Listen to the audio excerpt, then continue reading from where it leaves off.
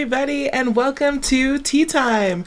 So excited to have this very special tea time with you with Natalie LaBonte. And Natalie LaBonte is the founder of Natalie LaBonte LLC, and you can find all of her details in the PDF that are attached.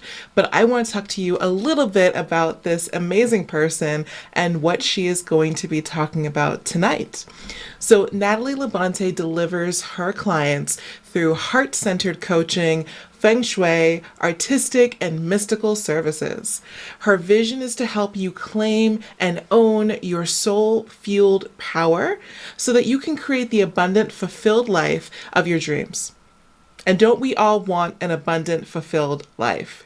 Further, her mission is to help you utilize the power and potential of your ability to thrive, turning your own divine guidance, unlocking your potential, and providing you the fuel to allow your heart, mind, and space to come into alignment and propel your life forward. So let's stop into that divine flow. It sounds so beautiful, Natalie. I love that. My gosh, thank you, Riley. Oh, it is such a joy to be here. I'm so excited. I have my tea ready to go, and we're just gonna have a lovely conversation about feng shui and how you can use that to create your most fulfilling and abundant life possible. Beautiful, beautiful. Well, Yeah. I'm going to turn the slides over so that everyone can see. And for everyone watching, please go into the description and you will be able to follow along on this conversation with a PDF guide of your own that Natalie has provided to you. Amazing. All right, let's do it. Yes. Fabulous. All right. So, hello, everyone. I am Natalie LaBonte. I'm an intuitive life coach and feng shui consultant. I am just so excited to be here with you tonight because feng shui is such a beautiful tool and gift because I really see us as having deep interconnectedness with our homes and with the environment overall. I look at it as like an infinity symbol where you affect your home and your home affects you. It's a continuous ebb and flow of energy. So why not use your home as a sacred sanctuary and a place where you can really co-create that most fulfilling lifestyle possible for yourself? I always say it's time to create a lifestyle revolution, and that's what I'm here for. So, all right, we can go on to the next slide, which is just going to give us a little brief agenda. Perfect. So what we're going to go over today is, I'm going to tell you a little bit more about me. And then what we're really going to dive into, I kind of want to give a baseline of what is feng shui because, not everyone knows about it, but it's quite an ancient practice from China, and it's quite beautiful. And I can't wait to share more about it with you. We'll also go over just the areas of focus that I dive into as a feng shui consultant.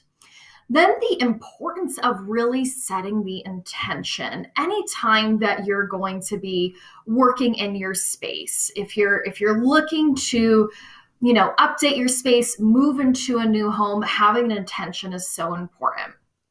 Then we will go into the importance of the entryway, as that is the mouth of chi or energy, to your home. So really cultivating that sacred entry is so, so crucial. Next, we'll go over the Bagua map, which is a fantastic tool in feng shui that helps us to actualize the 9 important facets to living a thriving and fulfilling life. Then we're going to, RK, my dear Riley, she is all about helping people create financial freedom. So one of those 9 facets in feng shui to living a healthy, fulfilling life is wealth and abundance. And we're going to go into where you can really work in your home to cultivate wealth and abundance within your physical space. And then lastly, we'll touch on the importance of gratitude, because having gratitude for your home, your sacred sanctuary, is of the utmost importance. It gives us so much. And then we'll have a little bit of time for Q&A should anyone have any questions. So, all right, you can go on to the next slide. Perfect. So, you see my lovely fur babies, and a little bit of my husband, but I'm a fur baby mama. That's what I have going on in my life. The my cat. So fun fact. This is his full name according to my husband, but it's always kind of a funny icebreaker. And maybe you'll laugh, maybe you'll think I'm crazy. I don't know. But his full name is Sir Dr. Leonardo Leopoldovich Da Vinci DiCaprio Jean Charles LaBonte, Esquire of Wales the Fifth. We're crazy. I know, but and it was more so, it was funny how it got added on, but that's just a little bit about my cat who always loves to photobomb pictures. And that's my cute dog, Mia, a much shorter name, but she has been an absolute joy. And then I figured I'd just share a little bit more about, how I even got into this, role as a coach and feng shui consultant. I hailed from corporate America initially, and I actually started my business in 2018, first really focusing on the feng shui piece. But then that really evolved into coaching as well, as I saw how the both of them really end up going together. My feng shui clients a lot of times end up needing just a little bit of that support and talking through as they work through their space and the items in their home. And then, of course, I also did coaching within my corporate job. So it really made sense to bring them together. And then with my coaching clients, it was funny because I found I could actually use feng shui to kind of dive into some things a little bit deeper, because I see feng shui and really the home in general as a tool to kind of peering into your subconscious patterning. And it really can give you some amazing insights as to what may be going on in your life, and then creating intentional changes. So that's how I, really got started in combining both of these practices. But now we're going to dive headfirst into what is feng shui. So you can go on to the next slide. Perfect. So feng shui simplified, what does it mean? So feng actually means wind, which that equates to qi or energy. And then shui means water, which that equates to fortune. So in feng shui, we focus on both aligning with the energy of good fortune. And fortune isn't just about money. Good fortune includes health, your reputation, having healthy relationships, loving, heart-centered relationships, your family, having a fulfilling career. All of those facets are tied to living in a fortunate, abundant, fulfilling lifestyle. And then another aspect of feng shui is that we also look at neutralizing the effects of destructive energy. So where can destructive energy come from? So that's where it's really important to look at like the shape of the home. What is the environment surrounding the home? All of that impacts you. The greater whole does impact you and your ability to feel healthy and to thrive, right? And so should there be something that, maybe isn't so great for your overall well-being, whether around your home or even within the layout of the floor plan, my job is to help you figure out, okay, where can we help neutralize that energy and then create positive flows? I don't know if any of you follow Marie Forleo, but Marie Forleo has this book out, and she's also just known for this phrase, but the title of her book is Everything is Figure Outable.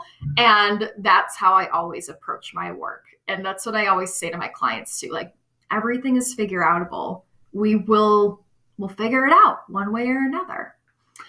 So the other aspect of feng shui that I think is so important is it really helps us to reconnect with the environment and nature in a more balanced and intentional way. We come from nature.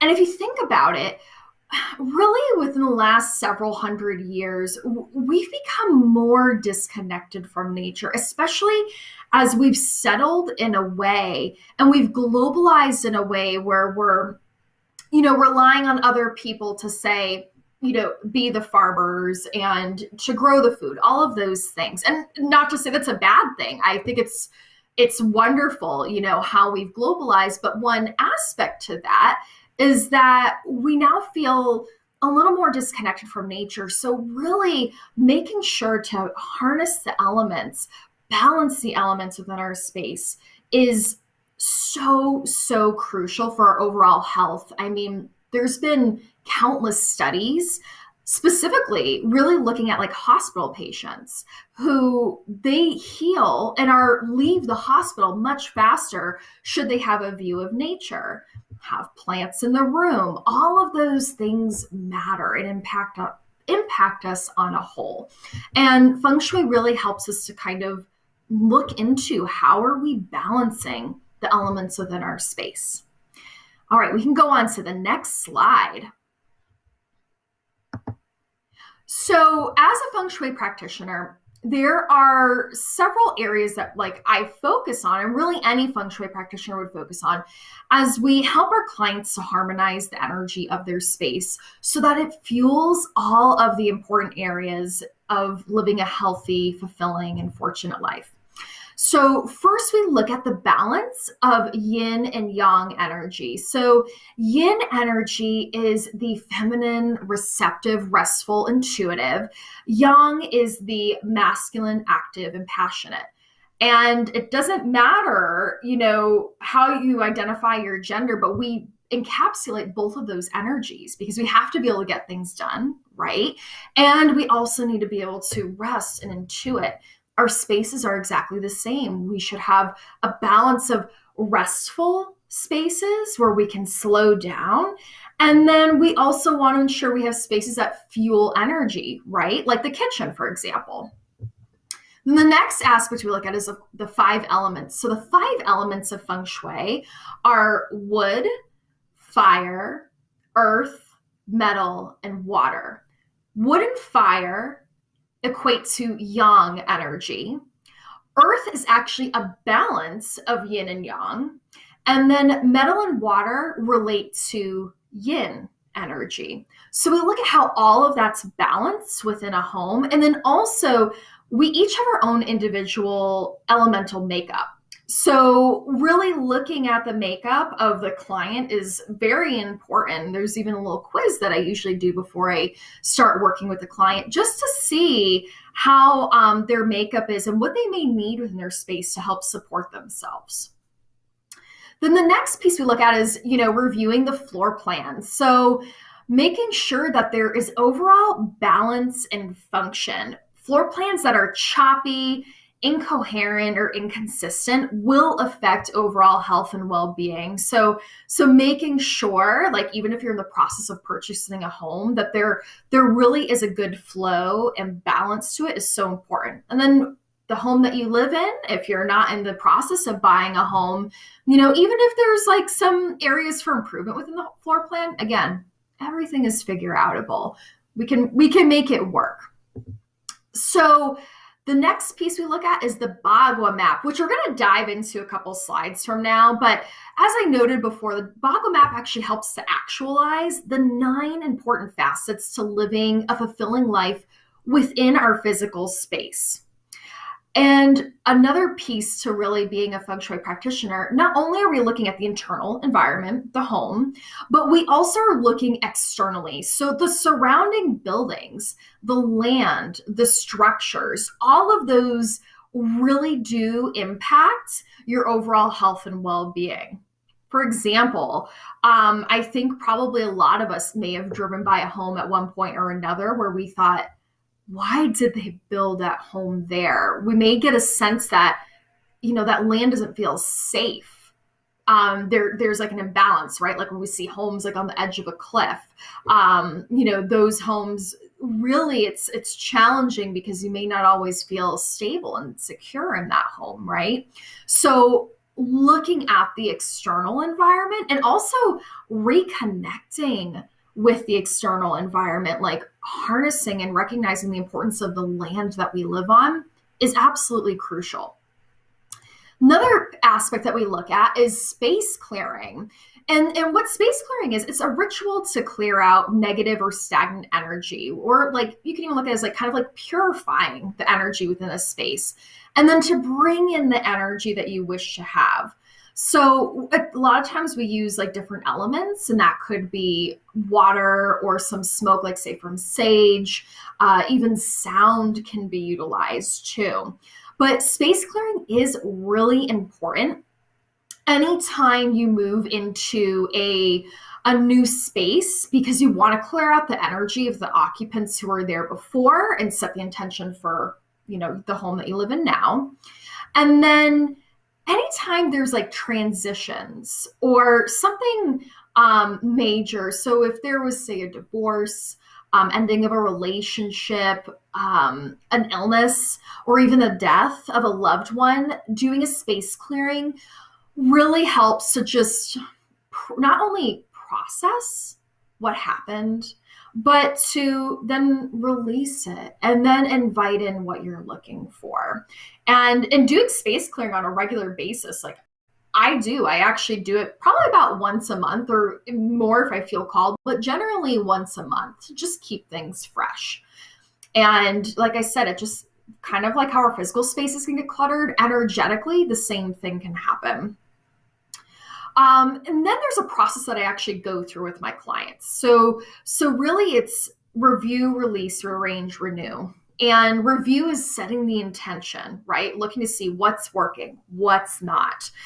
And once you have that intention set, look to release things that are no longer in service to that intention with where you want to go. Then we look at the actual maybe rearranging of furniture or items within the home to just create a better flow. And then lastly, actually maybe adding in some additional stuff. But like the first thing that we would want to look at is what's the intention? What can we re-release? And then, rearrange before even adding anything new. And then lastly, the soul of the home, just acknowledging that your home has an essence, it has a spirit. And, this can include just simply giving thanks when entering your home or even prior to beginning at renovations, because you want to honor what your space in that container does for you and for your family. All right, so let's move on to the next slide. So right now, start kind of thinking about this. Initially, I was thinking, we could actually take 5 minutes to work on it, but we ended up doing a PDF so that way you can really sit with these questions and take time with it. Because like I said, setting the intention is utterly crucial before really beginning any type of feng shui process. Your home not only provides insight into the areas of your life that may need to be addressed, but most importantly, it actually acts as an ever-evolving vision board. So that's what I mean by saying like we can co-create with our space. Not only can our spaces reflect like areas that may be off in our lives. And that's where I had mentioned before with my coaching clients. Sometimes, let's say we're working through something with their career and life purpose. I may ask them, hey, tell me about like the office within your home or the career and life purpose gua within their home, which again, we'll go over shortly within the Bagua map. But, I'll actually ask about that because it can really give you some interesting insights. And then you may end up working with that space in conjunction with also taking practical steps. So I want you, after this presentation, again, even start thinking about it now. All of these questions, how do you feel within your space right now? And how do you want to feel? Where is that off? Do you also have any current life goals? And how I actually encourage you to go through your life goals is through the Bagua map. And like I said, the Bagua map actualizes the 9 important facets to living a healthy, fulfilling, and abundant life. So having goals for each of those 9 areas is really, really important and powerful. And you can really do that for the year. And then each month, maybe kind of looking to see where you're at and taking, action steps toward those goals. Another aspect that is so important is really like owning and honoring what do you love about your space right now? and why? And then what do you wish you could change and why? Just even if you're like, I hate the floor, I hate the kitchen. Well, get into the why. What is it about it that you don't like? What is the feeling that you're getting from it? Don't be afraid to dive into it. And then also reflect if you feel connected to nature within your home, because nature is so important to living a healthy and fulfilling life. To really cultivate good, a whole well-rounded well-being, having nature and the elements represented within the home will make all the difference. All right, so let's move on to the next slide. We're going to dive into the entryway. And the entryway, this is one of the best places you can start within your home. Because if you're getting the wheels turning and you're like, okay, where do I begin? Well, the entryway, that is one of the most important aspects of your home or business, because it sets the tone for the rest of the space.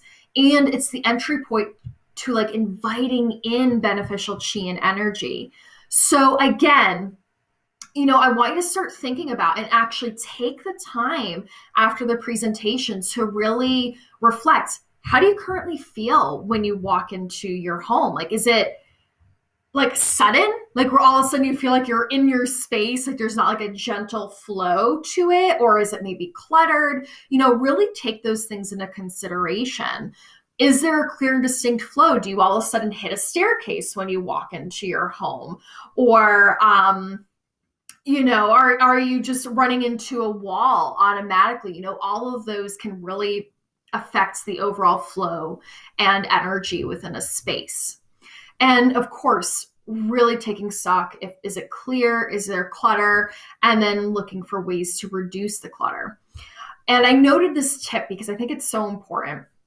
Including natural elements like plants or water fountain within an entryway, not only does it help to invite in healthy energy, but it actually acts as like a needed bridge from the outdoors to inside, right? To really help bridge that gap from being out in the elements and then coming into your sacred sanctuary.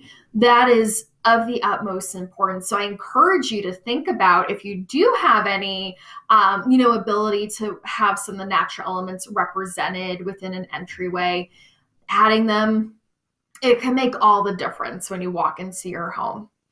All right, next slide. We're going to dive into the Bagua map, as I've been telling you about.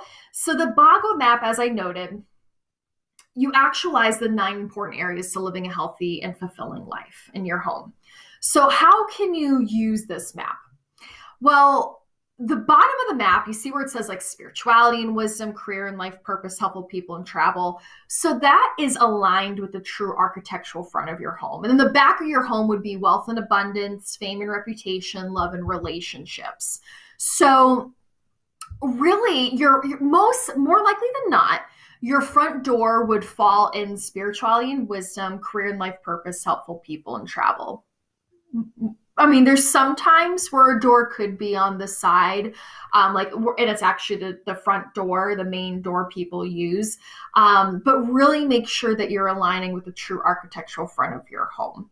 And this now can kind of help you to see, okay, as you lay it over your floor plan, you can start to think, oh, what rooms fall in, say, my career and life purpose or my health gua, wealth and abundance. And one thing to keep in mind too is that the Bagua map doesn't look at like walls as a barrier, right? So like my office right now, I'm actually in several different guas because I'm in a townhouse. And so I'm on like technically the 3rd floor, and my office happens to fall in love and relationships, fame and reputation, wealth and abundance, a little bit of health and creativity and children. My office is shaped like Oklahoma. It's like there's like a panhandle type thing. But yeah, so the walls actually don't factor in. But really start thinking about, like, draw out your floor plan and then lay it over anything that's under the roof, like including your garage, that falls in the Bagua map. So you can start to see where things kind of fall within your home. And then you can intentionally, start working in those areas. Like, let's say you were wanting to attract a partner. Well, looking at the state of your love and relationships is really important. Like, looking in that particular area of your home, like, is it cluttered? Do you have things that symbolize singularity, like maybe a picture of a single flower, or there's like one lamp? Also, looking at your master bedroom would be so crucial as well, because you'd want to signify pairings. Reason being is that your physical space, because it represents your subconscious, it also affects you consciously. So when you're making visible physical changes within your environment, that's going to impact you on a subconscious level, right? So that's where, kind of like what I discussed, how I view it's like an infinity symbol. Like, you affect your home affects you. It's a continuous ebb and flow of energy. All right, so now we'll actually move on to diving into the wealth corner. So the wealth corner, and as you saw in the Bagua map, it's in the back left part of your home. I wanted to touch on this because, of course, Riley is all about creating financial freedom for her clients. And one aspect to doing that is looking to see what is the state of your wealth gua within your home. And I always think this is so important, because we have to nurture all of those 9 facets, right? You could have all the money in the world, but if you aren't healthy, if you don't have loving relationships, if you're not in a career that's in alignment with your gifts, your passions, your values, the money doesn't matter. So that's why focusing on all of those 9 areas is of the utmost importance. But of course, money is so important to achieving our dreams of financial freedom.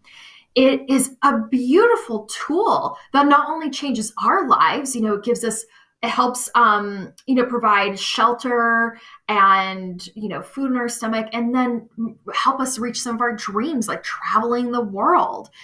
All of those facets are important, and beyond, clothing, all of those things. But, money is also an incredible tool for how we can give back to, our community, to the rest of the world. And there's always an ebb and flow with money. You have to be able to receive, but also recognize that money is also meant to flow out. So looking at your wealth corner is so important.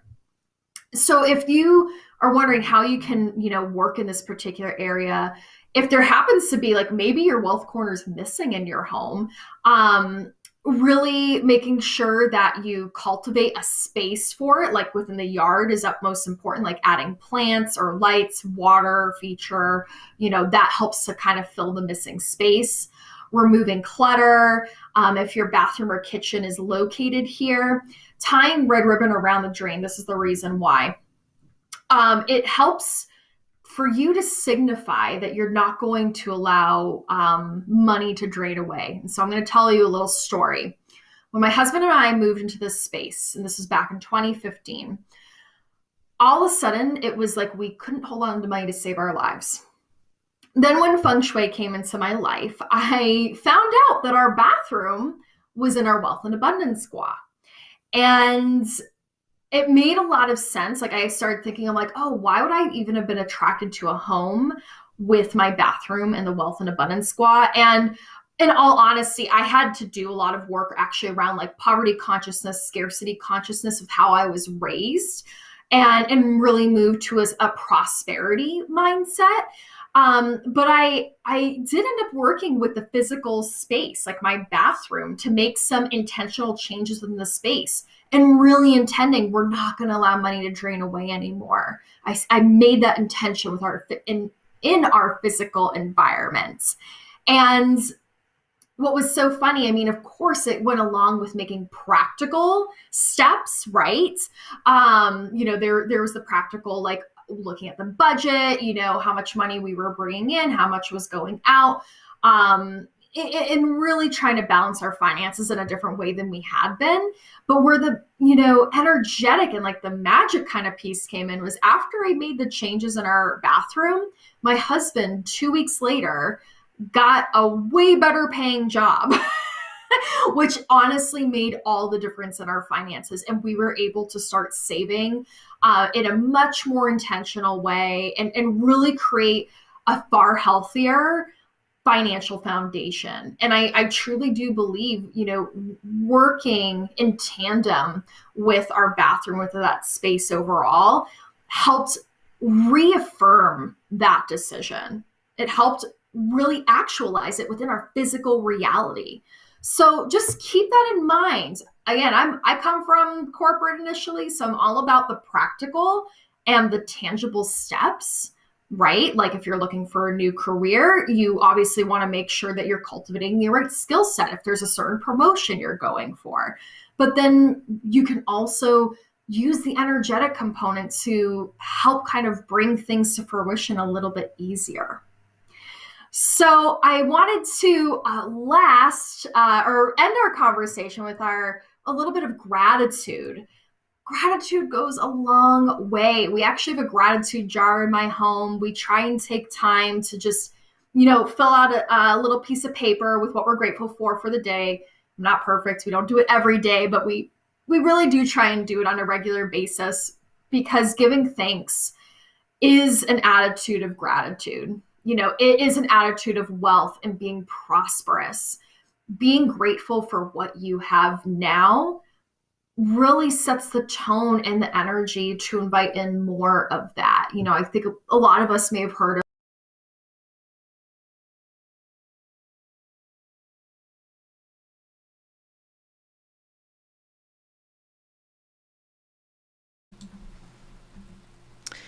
We just had a pause for just a moment, so we're going to give Natalie a second to pop back and we can go from there. But oh my goodness, what an incredible conversation overall. I had the pleasure of speaking to Natalie not too long ago, and one of the things that we talked about was kind of like how where in the house was the well center, because of course that was the thing that was most striking to me about this entire conversation. I was like, wait a minute. Like, so where does it land in your house, and how and why? And so for me, my wealth center is in my bedroom. And so I dug in with her and said, so what can I do, to keep everything flowing, keep things going well, right? Keep me on my 5-year plan to being a net worth millionaire. Like, how do I keep going? And so her advice was fantastic. She was saying things like, reduce clutter, ensure that you use the color red, right? And without realizing this, and not for any particular reason, I can't say it, but I had actually had red curtains in my house, like in my bedroom. And so that particular room has red curtains. Those were the blackout curtains I chose, and it went with the bedspread and all that good stuff. So sometimes some of this can happen somewhat innately, or unconsciously. And I thought that part was really interesting. I loved her example of, her wealth center being in the bathroom, because I said to her, I'm like, what can you possibly do? You're so limited as to what you can potentially do within a bathroom, right?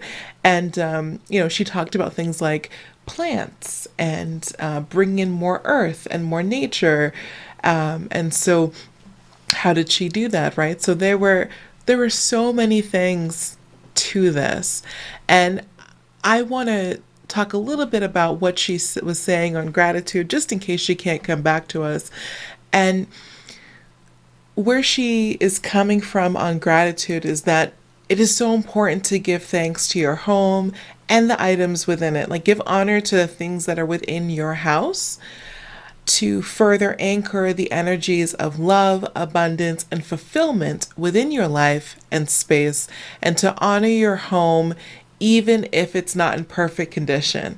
And this, I think, is hard for many people, because we have this idea that our spaces need to be perfect. We watch people on Instagram or Facebook or whatever in all the groups, and they show these model perfect homes, like out of Good Homemaker or whatever the Home and Garden magazine. And it sometimes is defeating, right? Because the reality is, for so many of us, it's like, you know what? I didn't get to fold the laundry today. Or my house isn't decorated the way I want it to completely yet. Like it's a process, right? It's a process to kind of bring it together and make it everything that you want it to be. And it's okay for it not to be there yet. It's okay for it to be a process. And but there's still the need, the desire, the all of those things to honor your space that you have and to enjoy the space that you have in whatever way that you can, right? And so if your home is not perfect, like say you're saving up for a house and you're in an apartment, and it doesn't mean that the apartment is terrible and we gotta like jump and buy the first house we find. It's like do what you can with the space that you have, right? Do what you can with the space that you have. Use that Braga map and align it with your home and see where your different centers are. But there was a big conversation I had with Natalie that I thought was interesting was on minimalism, because what I find many Oh, times is that people that subscribe to this train of thought somehow naturally go into minimalism. And so, and we have Natalie back, so I'm bringing you back over. Hey! wait, that was so weird. I'm like, what's going on? It's not even Mercury retrograde. Exactly. That's the time all the technology stuff should happen. And I'll share with Right? you guys that are watching, we had a little technology snafu right before we went live. But nonetheless, I am going to give the floor back to Natalie. I gave you my thoughts on gratitude. I'd love to hear hers.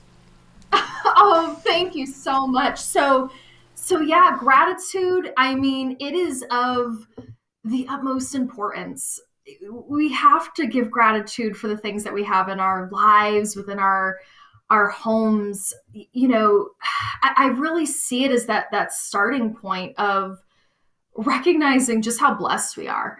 And I wonder, I don't know if you ever anyone heard anything I had said about gratitude or if I was just talking the whole time to no one. But how I view it is not just giving gratitude for the sake of, oh, I'm gonna get, so much more in return, but just really cultivating gratitude and taking moments of gratitude for the purpose of truly just being grateful for what you have in your home and what you have in your life, because we have a tendency to always put in the future, like we maybe reach a goal, but then it's all of a sudden like, well, I'll truly be happy once I get the new job, or once I'm making this amount of money, or once I get this car, or once I get the house. Like we're always moving the goalposts even once we reach the goal that we were working towards.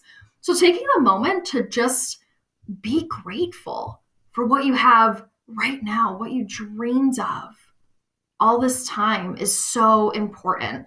And giving thanks just for the items within your home, it helps to anchor the energy of love and abundance and fulfillment, and really keep you into that flow of both giving and receiving, and honoring your home even if it's not in the perfect condition.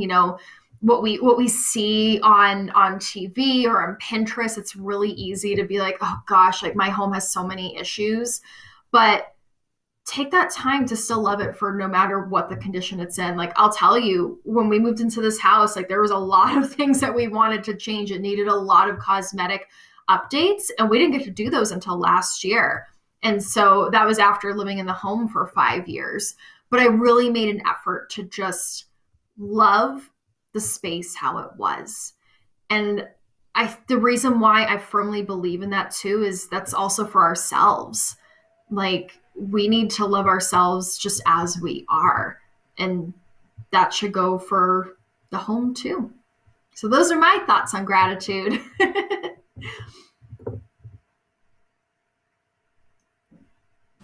And yes, that's how you could contact me. But I want to like make sure if there's, I don't know if any questions came in, but Yeah, so I have questions open. So if anyone has anything that they want to ask at this point, then feel free to.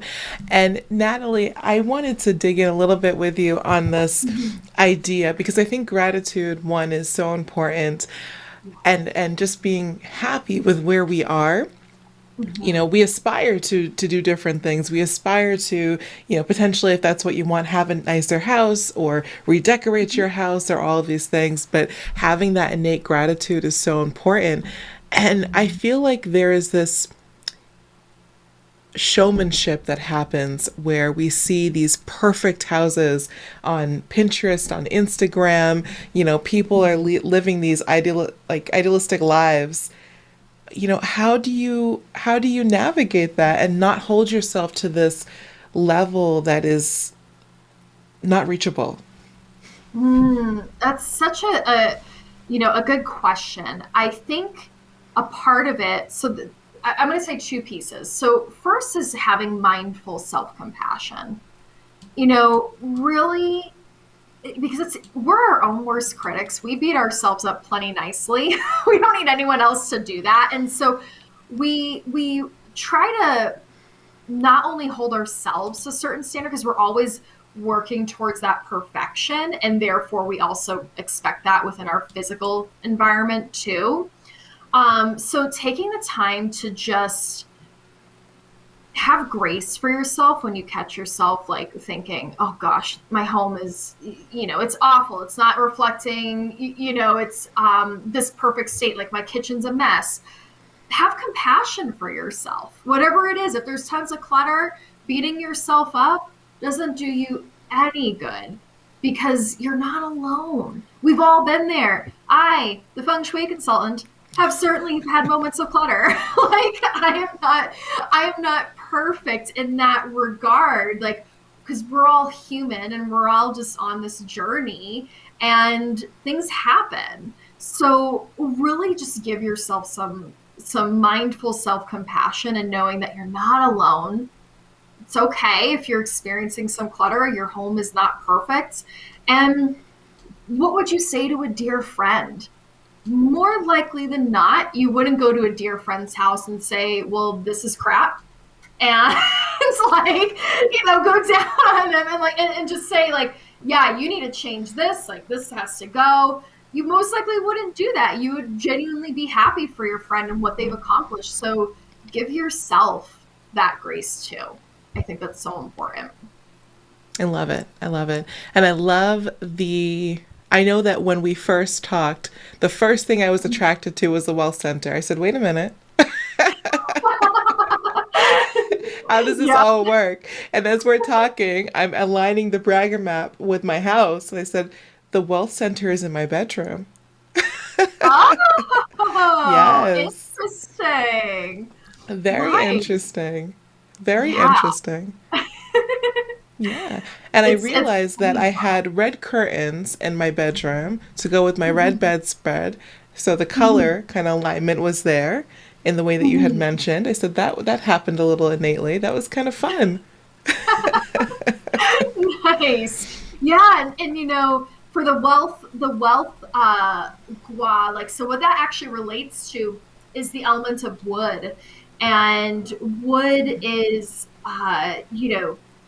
that young energy. There's a little bit of the upward growth, like that pioneering energy. So actually what I would say, if your bedroom is in the wealth and abundance, to also make sure to balance some of the yin in there, because you don't want it to be all yang, because otherwise you're not going to be able to rest. Like that can impact things, right? So the bedroom, it's so important to kind of have that sanctuary, that respite space within your whole entirety of your home. um so just, yeah, that's, if anyone happens to have their bedroom within the wealth gua, that's just a kind of way to look at it. Definitely feel free to zhuzh it up with some plants. The only thing I will say, please do not put cactus in your bedroom. Don't. Just don't do it. Because it's always going to kind of, and if you think about it from like a psychological perspective, you're always going to kind of feel on edge in a way. You're always going to create a tension because you're going to want to avoid the cacti. You know what I mean? So Yes. you're psychologically, you'd be creating tension within your bedroom. You don't want that. So that's the one plant I'm like, no. How Not in the bedroom. I would have never thought that. I would have never even thought. I love I've it. seen it before, so I'm like, I like to share that with people. Just it's just something to be mindful of. Like, even if you have had a cacti in your room before, be mindful of it. Start being aware of, oh, how actually do I move around this cactus? Like, am I tensing up to avoid it? You know what I mean? So it's just being aware of your space. Interesting. Very interesting. Well, fantastic. So, for everyone that's watching, if you would like to learn more about Natalie, within the PDF guide are all of her contact information. It's all clickable. You can go to her website, it's linked below in the chat and in the description on Facebook. And with that being said, Natalie, thank you so much for joining us tonight for tea time. This was extremely special, and I know everyone got a lot out of this conversation. Thank you so much for having me. It was such a joy and pleasure. And if anyone needs support with, diving into feng shui within their space, or even like the coaching aspect, I'm here for you. I want to support you. Feel free to reach out to me by email on my website or follow me on Instagram. I am here to just connect with lovely, heart centered, soulful individuals so we can create a legacy of love. Absolutely amazing. Absolutely amazing. All right, everybody, have a wonderful night, and I will see you on Sunday for Sunday morning with RK and Franklin. Have a great day. Take care, everyone. About to leave, already packing. Come with me, I'm not really asking. We'll get away to a place where we don't know. About to see the world in action, what we can be, life with no distractions. We'll get away, this is what we wait